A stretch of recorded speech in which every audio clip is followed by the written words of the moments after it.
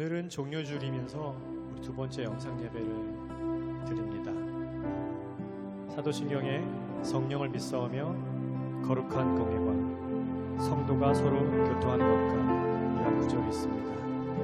새움교회 성도들이 함께 모여서 예배는 못하지만 영으로 서로 교통하며 드려지는 귀한 예배 되기를 소망합니다.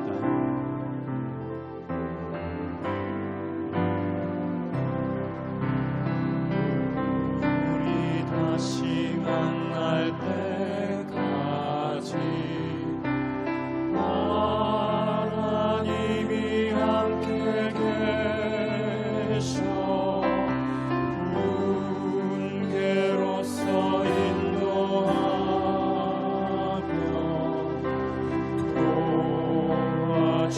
도와주시기를 바라네. 다시 만날 때 예수 앞에 만날 때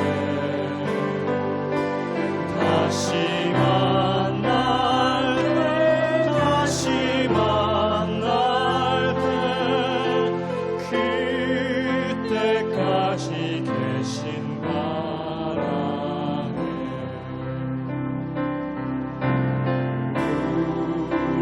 다시 만날 때까지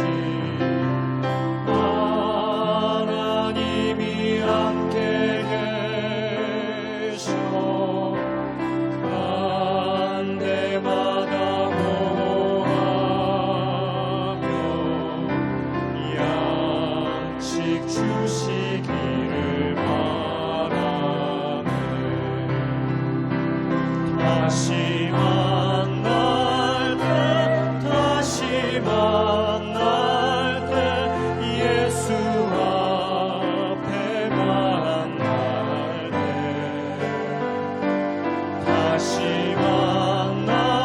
때 다시 만날 때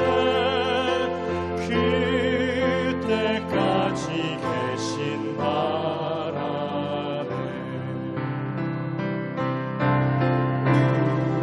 우리 다시 만날 때까지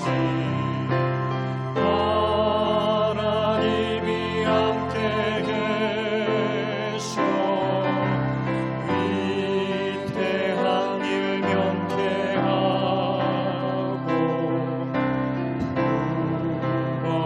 부어주시기를 바라네. 다시 만날 때 예수 앞에 만날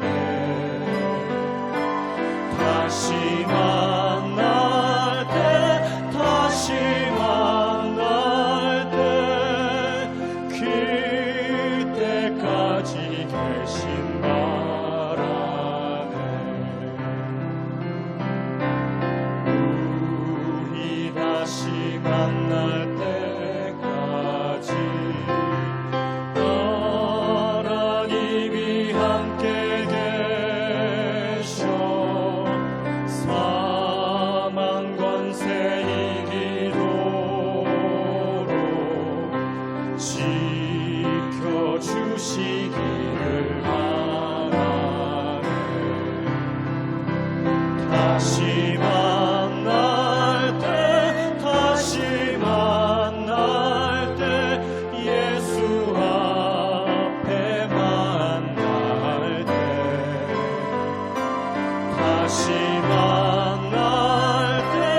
다시 만날 때 그때까지 계신 바라네. 다시 만날 때 예수 앞에 만날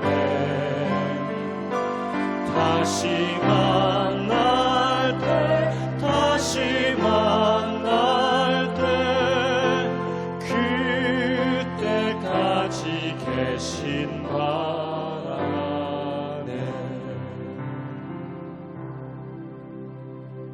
내 이름으로 일컫는 내 백성이 그들의 악한 길에서 떠나 스스로 낮추고 기도하여 내 얼굴을 찾으면 내가 하늘에서 듣고 그들의 죄를 사하고 그들의 땅을 고칠지라.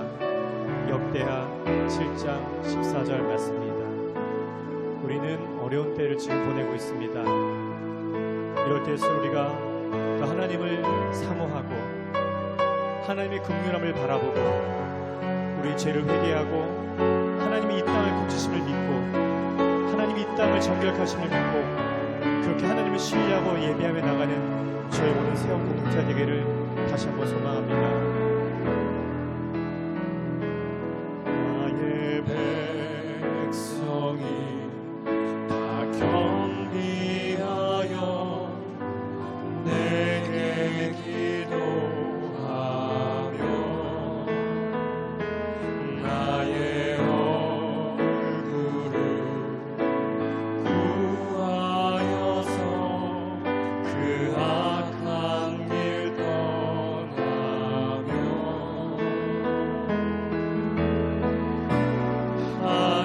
하늘에서 듣고 죄를 사하며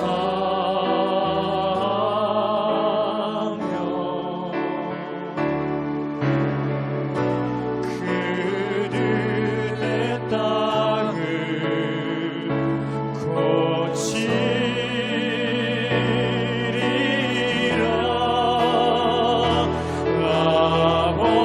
아버지여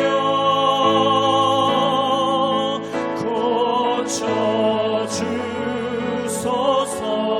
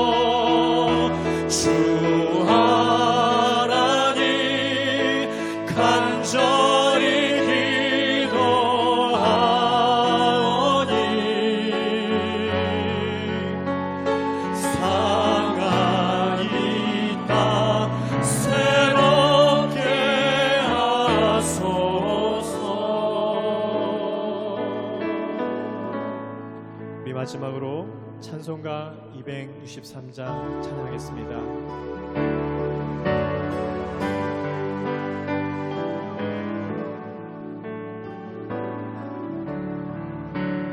이 세상 험하고 나 비록 약하나 늘 기도 힘쓰며 큰 권을 얻겠네. 주의 은혜로 대속받아서 피와 같이 붉은 재 눈같이 이겠네. 주님의 권능을 한없이 크오니 돌 같은 내 마음 못 녹여주소서. 주의 은혜로 대속하여서 피와 같이 붉은 재 눈같이 이겠네. 내 마음이 약하여 늘 넘어지오니 주 예수 힘주사 굳세게 하소서. 주의 은혜로 대속받아서 피와 같이 붉은 재 눈같이 이겠네. 죄사함 다른 후 새 사람 되어서 주 앞에 서는 날 늘 찬송하겠네. 주의 은혜로 대속받아서 피와 같이 붉은 재 눈같이 이겠네. 주의 은혜로 대속받아서 피와 같이 붉은 재 눈같이 이겠네.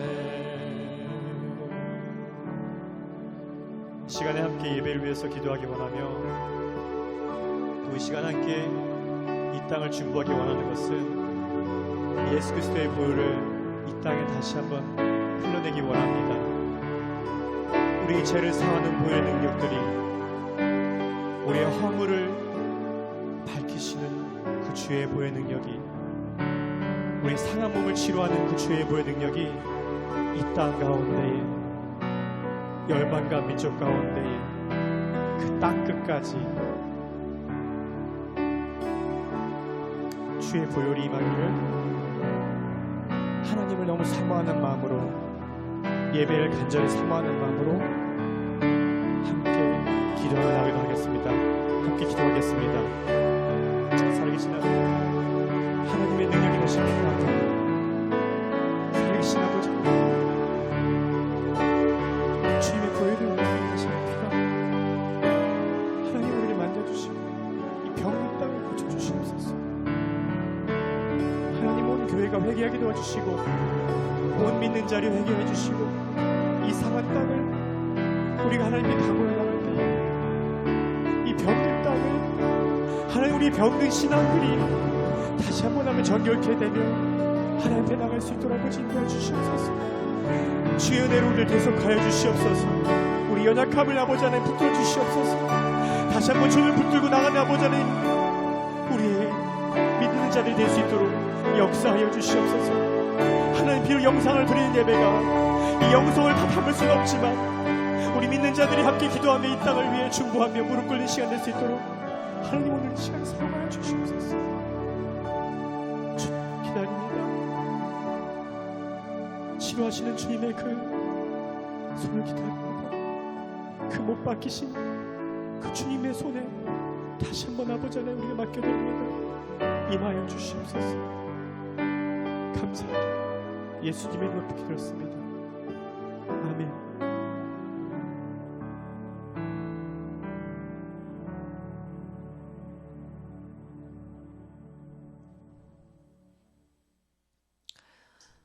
우리 신앙 고백 같이 드리겠습니다. 나는 전능하신 아버지 하나님, 천지의 창조주를 믿습니다. 나는 그의 유일하신 아들 우리 주 예수 그리스도를 믿습니다.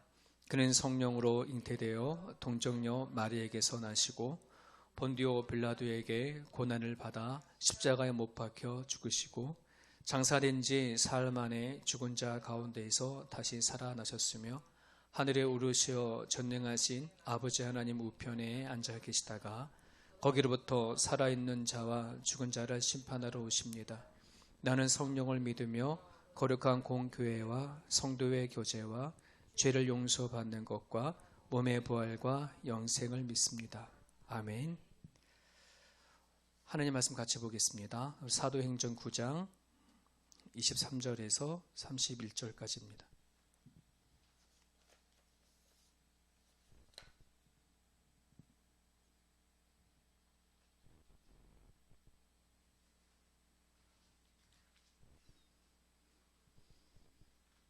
사도행전 9장 23절에서 31절까지 같이 한 목소리로 읽습니다. 여러 날이 지남에 유대인들이 사울 죽이기를 공모하더니 그 계교가 사울에게 알려지니라. 그들이 그를 죽이려고 밤낮으로 성문까지 지키거늘 그의 제자들이 밤에 사울을 광주리에 담아 성벽에서 달아내리니라. 사울이 예루살렘에 가서 제자들을 사귀고자 하나 다 두려워하여 그가 제자됨을 믿지 아니하니 바나바가 데리고 사도들에게 가서 그가 길에서 어떻게 주를 보았는지와 주께서 그에게 말씀하신 일과 다메섹에서 그가 어떻게 예수의 이름으로 담대히 말하였는지를 전하니라. 사울이 제자들과 함께 있어 예루살렘에 출입하며 또 주 예수의 이름으로 담대히 말하고 헬라파 유대인들과 함께 말하며 변론하니 그 사람들이 죽이려고 힘쓰거늘 형제들이 알고 가이사라로 데리고 내려가서 다소로 보내니라. 그리하여 온 유대와 갈릴리와 사마리아 교회가 평안하여 든든히 서가고 주를 경외함과 성령의 위로 진행하여 수가 더 많아지니라. 아멘. 어저께 김시원 목사님이 우리 세움교회 전체 카톡으로 영상 하나를 올렸어요. 혹시 보셨습니까? 그 영상을 보게 되어지면 정말 각 교회마다 다 텅텅 비어져 있고, 그리고 가정 안에서 이렇게 예배를 드리고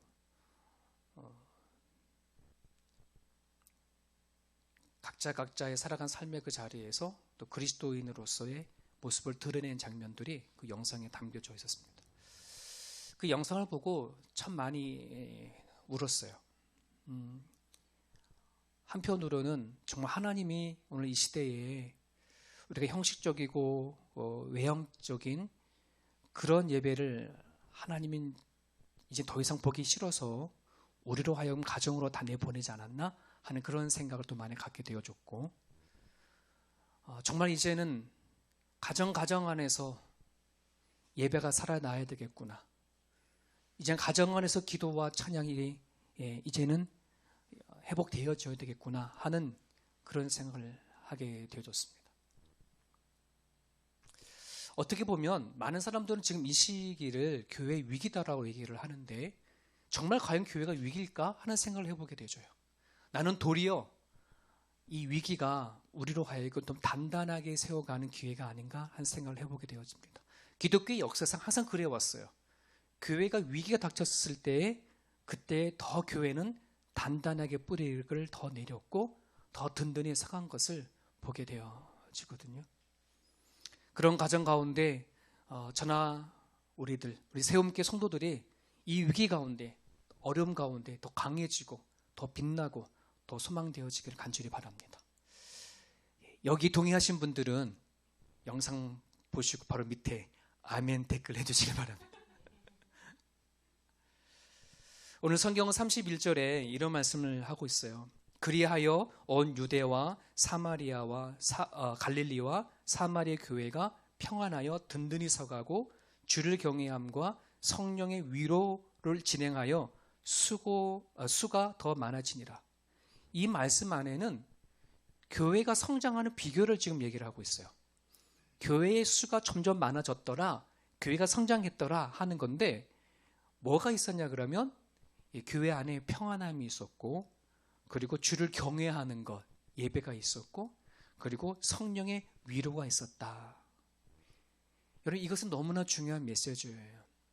그래서 각각의 교회 안에선 이 세 가지를 위해서 성도의 교제를 통해서 우리가 얼마나 서로의 평강을 유지할까 하는 것을 서로 추구하고 기도하고, 주를 경외하기 위해서 예배에 대해서 초점을 맞추고, 성령의 위로를 통해서 얻기 위해서 성령 사역을 하고, 이런 일들을 교회마다 하거든요. 근데 제가 오늘 말씀을 곰곰이 이렇게 묵상하면서 정말 교회가 성장하기 위하여져서 교회 안에 평안함이 있고 주의 경외하는 예배가 필요하고 성령의 사역이 반드시 일어나야지 교회가 성장하는 것이 맞는데, 근데 오늘 이 말씀을 보면 맨 앞에 그리하여라고 할 말이 있어요. 그리하여. 저는 이 단어 하나가 앞에 있는 것을 얘기를 하면서 그리하여라고 하는 건 느낌이 좀 받았거든요. 우리는 그래서 교회가 성장하기 위해서 물론 그런 것이 더 중요하지만 먼저 우리가 교회의 평안을 위해서 주일께 예배하는 경외하는 것이 경외함이 있어서 또 성령 사역이 있어서 먼저 있어야 할 것이 무엇인가를 그 앞에 있는 말씀을 가지고 같이 은혜를 좀 나누고자 원해요. 뭐가 그리 하여져서 교회가 이렇게 되어졌을까? 그 앞에는 어떤 이야기가 있기에 그 이야기 다음에 교회의 성장 얘기를 좀 하고 있는 걸까? 우리가 그리 하여 앞에 있는 이야기를 좀 나누고자 싶은 거예요. 23절과 25절에 보게 되어지면 사울이 유대인들에게 예수님을 전한다는 사실을 가지고 그를 죽이려고 공모를 해요. 그런데 어느새 사울에게 제자가 생겼어요. 그래서 제자들이 지금 주변에는 유대인들이 저 사울이라고 하는 작자가 예수를 전한다라고 하는 소리가 들려가니까 그를 죽이겠다고 달려드는 거예요. 공모를 하는 거죠. 계획을 세우는 거죠. 그럴 때에 사울의 제자들이 그를 성벽에 바구니를 달아서 성벽 밑으로 내보내서 도망을 가게 하죠. 그 이야기를 짧지만 성경이 기록하고 있단 말이에요. 여러분, 이 성경을 읽을 때 여러분 어떤 생각이 들어요? 여러분, 원래는 사울이 추격자였지 않습니까? 예수님을 믿는 사람을 잡으러 가던 자였는데 이제는 사울이 도망자가 되셨어. 완전히 입장이 확 180도로 바뀐 거예요. 자, 그러면은 사울은 이게 내가 이 신세가 뭐냐? 내가 왜 이렇게 추격하던 자에서 도망자로 이렇게 전락이 되어져서 지금 내게 도망가기 바쁠까? 자기 신세를 한탄했을까요? 자기에게 전락되어진 것을 가지고 속상했을까요? 안타까워했을까요? 그렇지 않다는 거예요. 도망자이긴 도망자지만 신나는 도망자가 아니었을까? 제가 말씀을 묵상하면서 이 바울은 지금 신났을 거야, 이런 생각을 좀 해보게 됐어요. 왜? 지금 본인은 예수님 때문에 도망가는 거잖아요. 그러다 보니까 자기가 이게 도망가게 되어진 이 전락되어지고 정말 세상의 시각으로 보게 되면 실패한 사람처럼 보일지 모르지만 도리어 그는 그 마음에는 예수님 때문에 기쁨으로 가득 차지 않았을까? 예수님의 그 은혜로 인해져서 정말 이제 내가 살만 난다라고 하면서 달리지 않았을까 하는 생각을 해보게 되어져요. 며칠 전에 유튜브로 이렇게 한 20대 청년이 고깃집을 이렇게 차린 사장의 이야기가 이렇게 올라왔어요. 그래서 그걸 보니까 이 청년은 공부를 잘해가지고 삼성의 회사가 된 삼성 직원이었는데, 삼성을 다니면서 자기가 너무 거의 일에 취하고, 정말 세상 사람들은, 자기 주변 사람들은 그 자리가 너무 귀한 자리라 다 부러워하는데 매일 출근할 때마다 너무 힘이 들고 막 지치는 거예요. 그리고 계속해서 지금 자리에서 또 올라가야지, 더 올라가야지, 그런 생각을 하다 보니까 매일 아침마다 출근하는 게 스트레스가 되고 하니까 그 회사를 그만둬 버리고 올해 1월 달에 고깃집 사장이 되어준 거예요. 자, 고깃집 사장이 되어지고 나서 얼마 지나지 않아 이 코로나 바이러스가 터져버렸어요. 그러다 보니까 얼마나 많은 신경을 쓸까요? 그죠? 직원들 월급도 줘야 되고, 손님은 오지 않고, 매 한 달 되면 따박따박 돈이 들어오던 그때, 좋은 차를 몰고 다니던 그때, 근데 고깃집 팔냐고 자기 타고 다니던 좋은 외제차도 다 팔아버리고, 그리고 사장이 되어진 거예요. 조그만 단칸방 안에 월세를 살면서 그 일을 하는 거예요. 그래서 거기에 있는 한 유튜버가 이렇게 인터뷰를 하는데, 어떠냐고, 지금 이 상황이 너무너무 힘들대. 사장이기 때문에, 사장으로서 직원도 살펴야 되고 또 매출 생각해야 되고 하면서 너무 많이 힘들다는 거예요. 그런데 자기는 사장이기 때문에 이 어려움을 감수한다는 거예요. 그래도 자기는 행복하대요. 자기가 이 고깃집을 하면서 다른 직원들을 위해서 도울 수도 있고, 뭔가 할 수 있는 자신을 보면서 기쁘다고 이렇게 유튜브에 올라왔어요.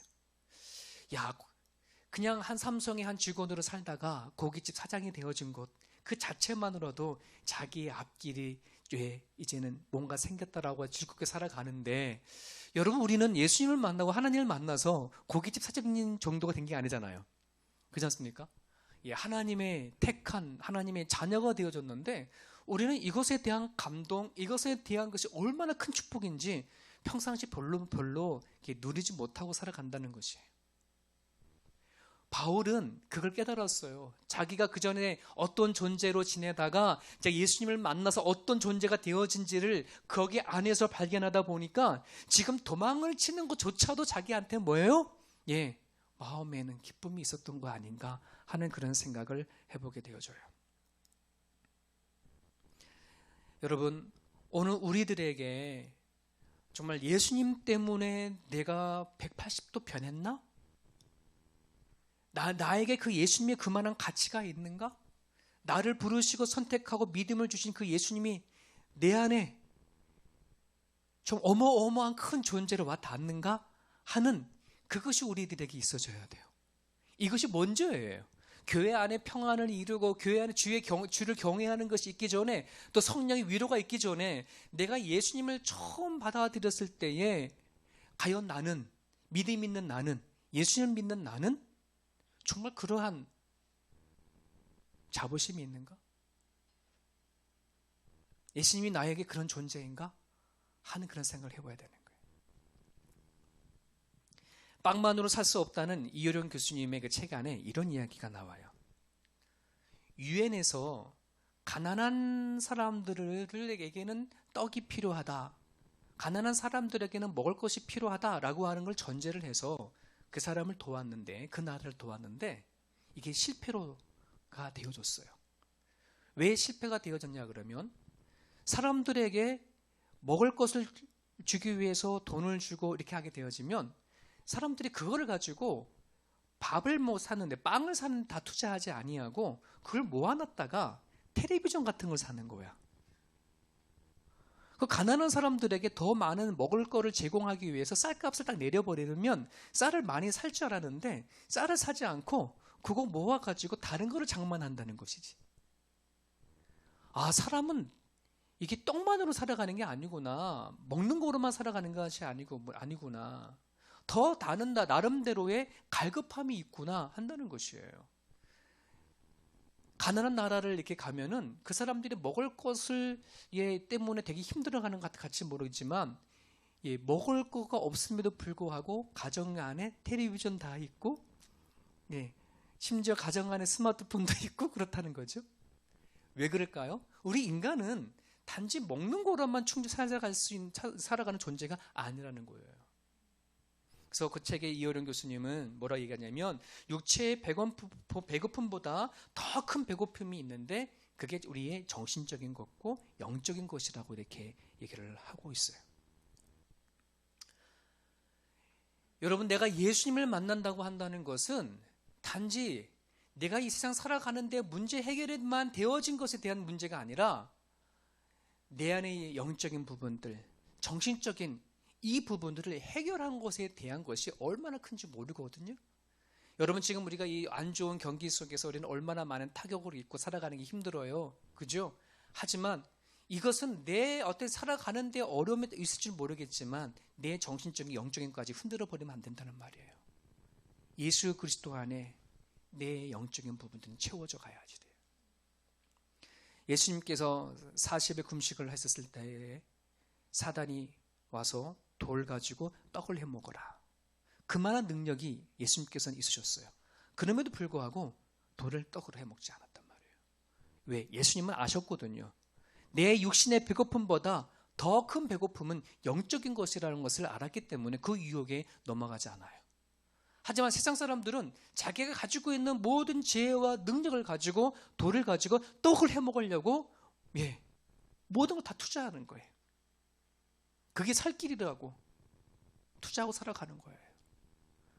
근데 안타까운 것은 그 돌을 가지고 떡을 해 먹는 걸까지 갔는데 근데 이제 먹을만 하게 되어지면 그 다음에 어떻게 되는 거예요? 내 인생의 끝 마무리에 있다는 거예요. 배부르면 뭐 할 거냐라고 하는 것에 대한 답이 있어야 되는데 많은 사람들은 배가 불러요. 돌을 떡을 해서 밥을 먹었어요. 그 다음에는 없어요. 배부른 육체의 배분을 가지고 뭔가 살아가야 되는데 그런 것이 없고 또 시간이 지나게 되어지면 이미 나는 하나님이 부름을 받아야 할 그때가 되어진다는 것이죠. 여러분, 사울이 기쁘고 행복한 도망자가 될 수 있었던 것은 자신의 배부름에 육신의 그 배부름에 머물러 있는 게 아니하고 하나님을 통해서 자기가 정말 갈급했던 것들이 채워졌기 때문에 그렇습니다. 그것이 자신을 180도 바뀌게 한 것입니다. 오늘 우리들에게 신앙의 목적, 신앙의 비전이 나를 변화시키자, 내가 예수 안에 180도 바뀌자라고 하는 것이 신앙의 목적이 돼야 돼요. 나의 비전이 돼야 돼요. 거기 안에 성도의 교제라는 것도 있는 거고 하나님 앞에 진정한 예배 드리는 것이 있는 것이고 성령의 위로를 알 수 있다고 한다는 말이에요. 여러분, 계속해서 이어서 보게 되어지면 도망친 사울이 예루살렘에 가서 예수님의 제자들을 만나기를 원했어요. 하지만 오늘 본문에 보니까 제자들은 사울을 만나기를 두려워하는 거예요. 어떤 존재인지 너무나 잘 알았기 때문에. 그래서 바나바라고 하는 사람이 중재 역할을 하게 되어지죠. 그러면서 바나바가 사울과 같이 예루살렘에 가가지고 사울이 어떻게 해서 예수님을 만났는지, 그리고 사울이 예수님을 통해서 어떤 말씀을 들었는지, 그리고 그 예수님으로 말미암아 담대하게 복음을 전하게 되어진 사건이 무엇인지를 쫙 얘기를 했어요. 그게 27절에 얘기를 하거든요. 여러분, 이 27절을 한마디로 표현을 하면 뭐냐? 이게 내가 받은 진리, 내가 받은 복음입니다. 누군가 나에게 당신이 예수님 믿어요? 복음을 들었어요? 당신에게 진리가 있어요? 라고 질문을 하면 우리는 이 말을 해야 돼요. 내가 예수님을 어떻게 만난지를 얘기해야 돼요. 하나님이 나에게 어떤 말씀을 하셨는지 그것이 있어야지 돼요. 그리고 그 말씀에 대해서 내가 어떻게 반응하고 내가 어떻게 어떤 회복을 가지고 어떤 비전을 가지고 남은 인생을 살아갈 것인가 하는 이것이 있어야 돼요. 이게 복음을 가진 자예요. 이게 내 안에 진리가 있는 자예요. 우리는 대체로 생각하기를 우리는 복음이라 하게 되어지면 예수님이 나를 위해서 오셨고 구원하셨고 난 예수님 때문에 구원받고 천국 가요 라고 하는 것에 다 머물러 있거든요. 아니요. 진짜 내가 받은 진리가 우리 가운데 있어야지 되어져요. 베드로전서 3장 15절에 너희 마음에 그리스도를 주로 삼아 거룩하게 하고 너희 속에 있는 소망에 관한 이유를 묻는 자에게는 대답할 것을 항상 준비해라. 누군가가 너에게 소망을 묻거든, 누군가가 너에게 예수를 주로 삼고 살아가는 그것이 무엇인지 묻거든 항상 뭐예요? 말할 준비가 되어져 있어야 한다는 것이에요.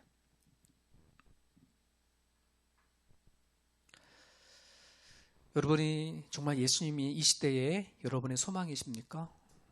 예수님이 여러분들에게 진리이십니까? 우리 세움교회는 나는 죽고 예수로 사는 세움교회예요. 내가 왜 죽어요? 왜 죽어야 돼요? 아직까지 이런 얘기를 한다 그러면 내가 왜 죽어야 되어지는지에 대한 그 진리가 나한테 있어져야 돼요. 그래서 예수로 산다는 것이 무엇인지를 내가 내 입으로 말할 수 있어야 돼요. 그게 먼저라는 말이에요.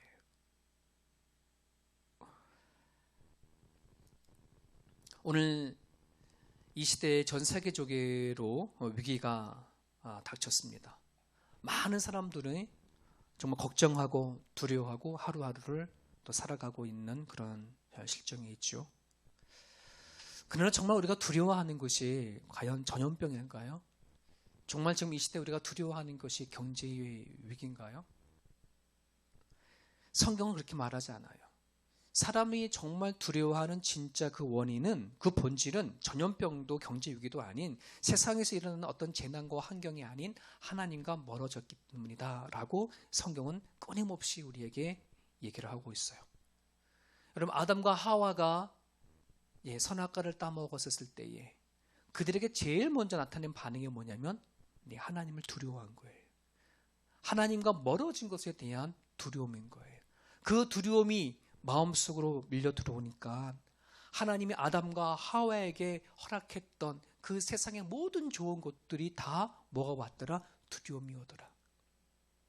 하나님이 나와 함께 하셨을 때에는 이 세상을 다스렸을 만한 능력이 있었고 이것이 하나님의 복인지 누리고 살아왔지만 하나님과 관계가 멀어진 상태에서는 이 모든 것이 다 두려움으로 온 거예요. 여러분, 이 세상 하나님이 우리에게 허락하신 세상과 이 자연은요, 우주는요, 우리에게 주신 선물이잖아요. 복이에요. 그런데 어느새 죄가 우리 가운데 들어온 이상 우리 마음에 어떤 것이 생기는지 아세요? 어떻게 이 세상을 살아갈고 하는 두려움이 생긴 거예요. 어떻게 이 세상을 이겨나갈까? 어떻게 이 세상을 해결해 나갈 수 있을까?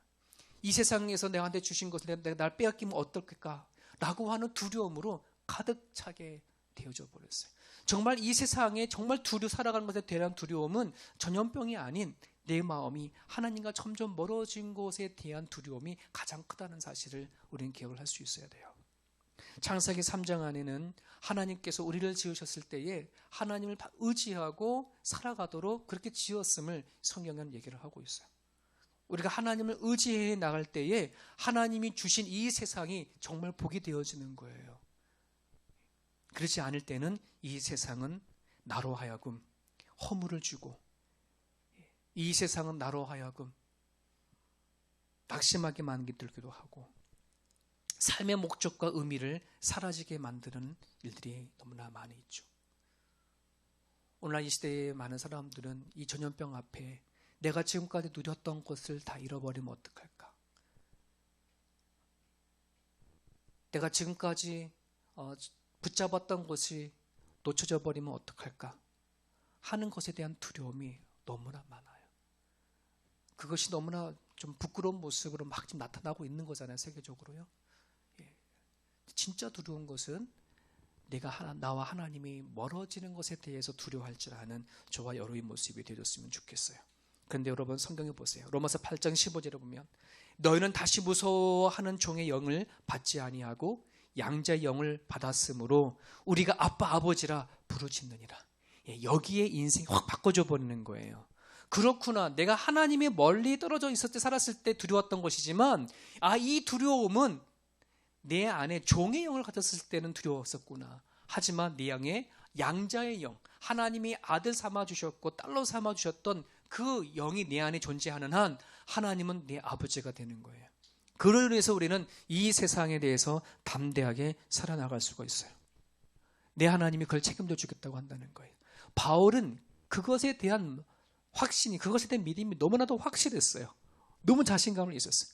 그래서 지금까지 자기가 붙잡았던 모든 것들 한순간에 다 내려놓고 하나님 내 아버지가 된 걸 도망을 치면서 하나님 내 아버지라고 자신하며 도망쳤던 그 바울의 모습을 우리는 상상했으면 참 좋겠다 생각이 되어져요.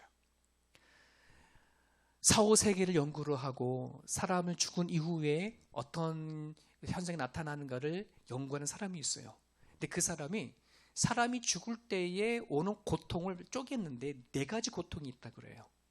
하나는 육신의 고통, 죽는 그 순간에 막 답답해져 가고 내가 점점 죽어가는 그 육체적인 고통이 있고, 하나는 정신적인 고통이 있다고 그래요.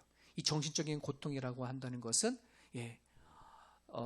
지금 내가 지금까지 살아왔던 이 모든 생각들이 한순간에 사라져버리면 사라져가는 것에 대한 거, 내가 지금까지 알고 있는 모든 것이 다 사라질 텐데 라고 하는 것에 대한 두려움.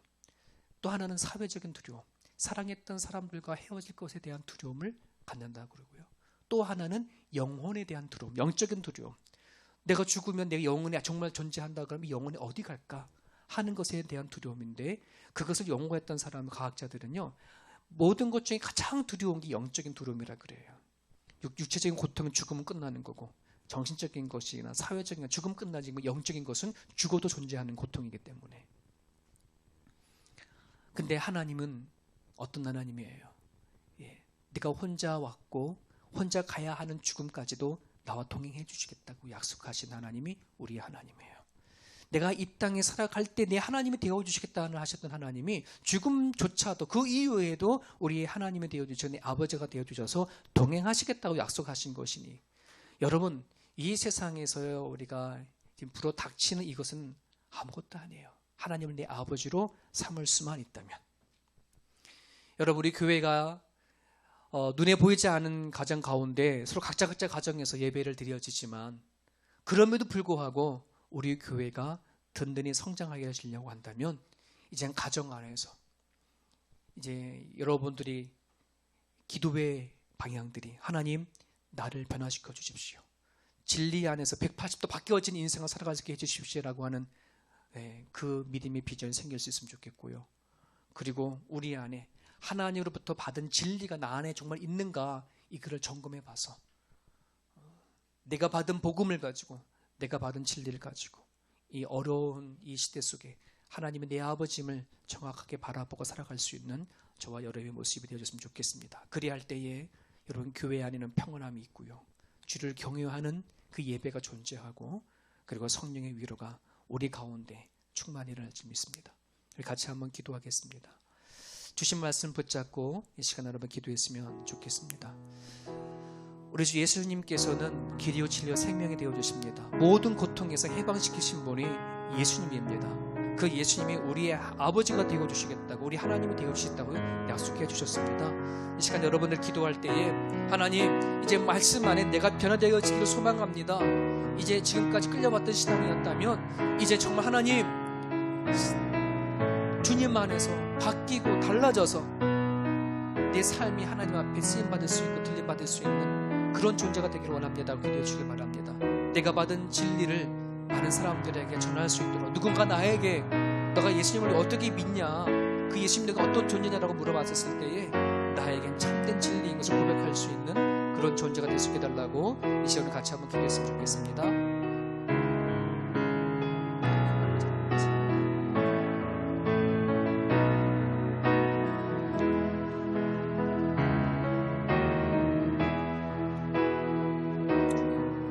주옵소서.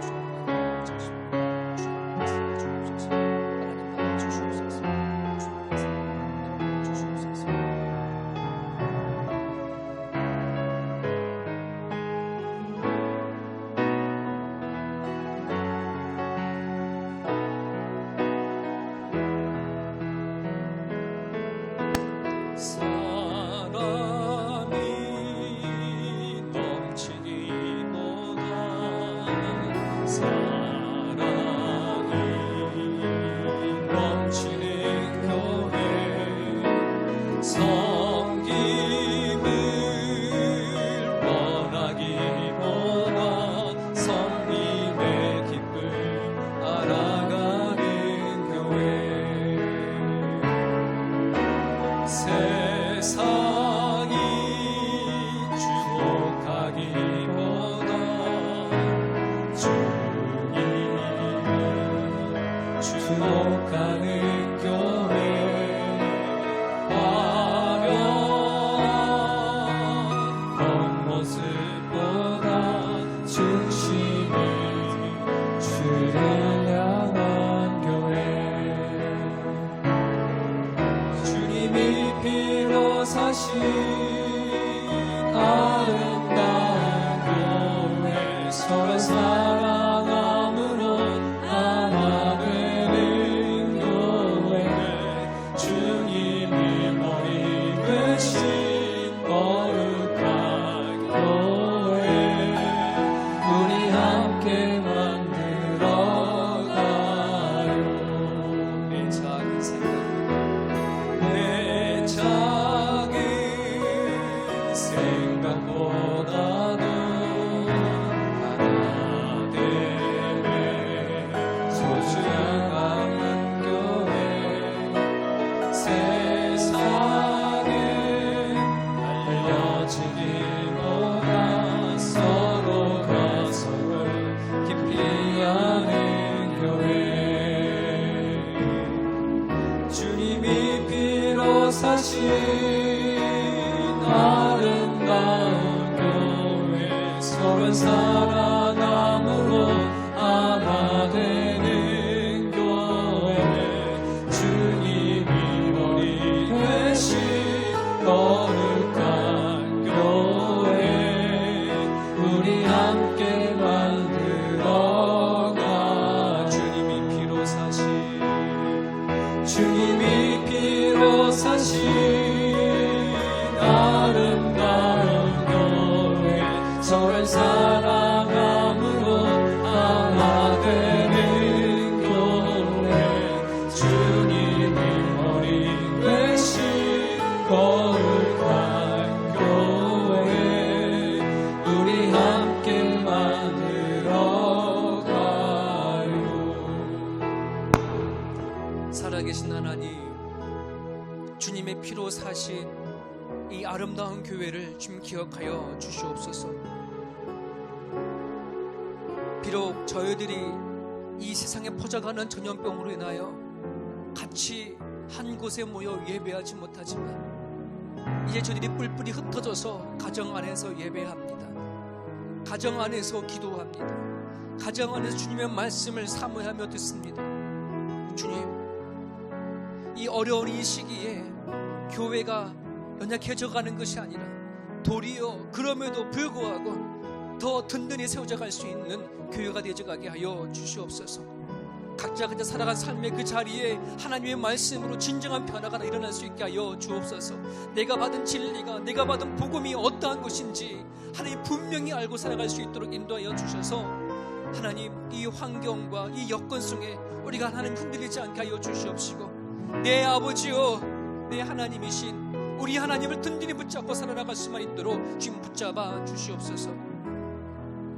아버지, 나는 죽고 예수로 살아가는 이 세움교회를 기억해 주시고, 오늘도 이 땅에 예배하는 모든 교회 가운데 역사하여 주시고 임자하여 주셔서 이제 우리가 내려앉고 우리가 감춰지고 오로지 예수가 드러나는, 하나님이 드러나는 시대로 하나님 바꿔 주옵소서. 감사하며 예수님의 이름으로 기도드립니다.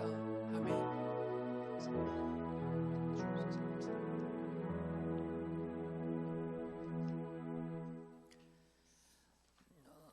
샘교회 여러분들에게 인사 나누겠습니다.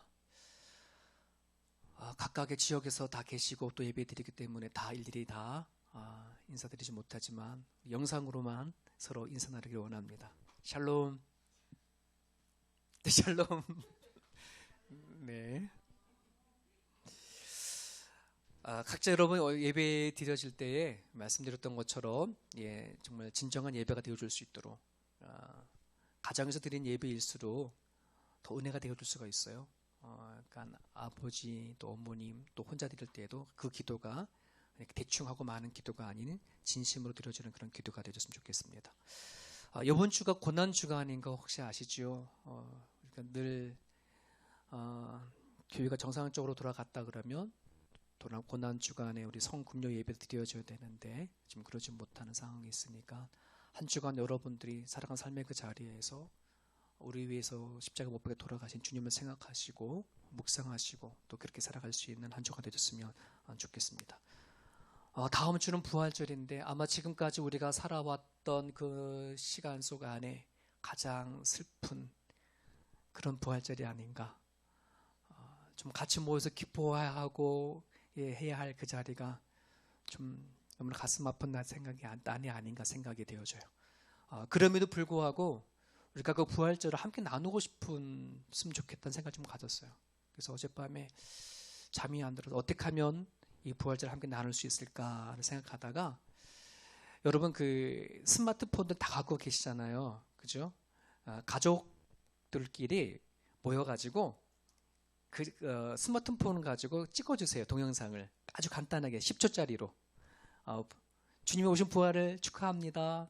아니라든지 이 어려운 시기에 우리 잘 이겨냅시다 라고 한다든지 부활절에 대한 메시지를 아주 간략하게 10초짜리로 찍어줘서 제 카톡으로 이렇게 보내주시면 그거를 다 편집을 해가지고 우리가 예배 드리기 전에 이거를 올리려고 그래요. 그러면 그래도 각각 집에서 이렇게 예배드리는 모습들을 볼 수 있고 그리웠던 얼굴도 볼 수 있으니까 그렇게 10초짜리 길게 하면 제 아내가 힘드니까 10초짜리로 좀 길면 15초도 괜찮아요. 그러니까 10초짜리, 15초짜리로 이렇게 해서 영상을 저한테 올려주시면 우리 부활절을 함께 나눌 수 있으면 좋겠습니다. 다음 주 영상 안에는 우리 식구들 같이 인사 나누는 그런 영상으로 이렇게 만났으면 좋겠습니다.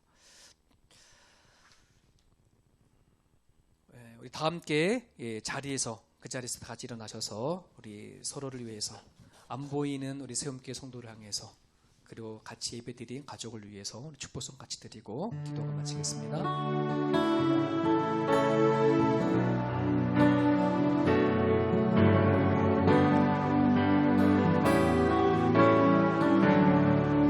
우리는 하나님의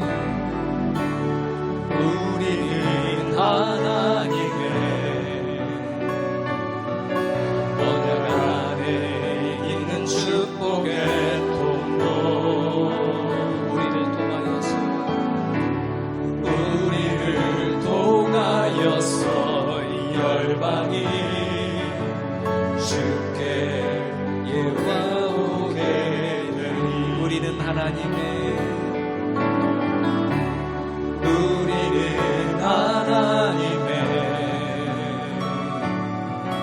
언약 안에 있는 축복의 통로 우리를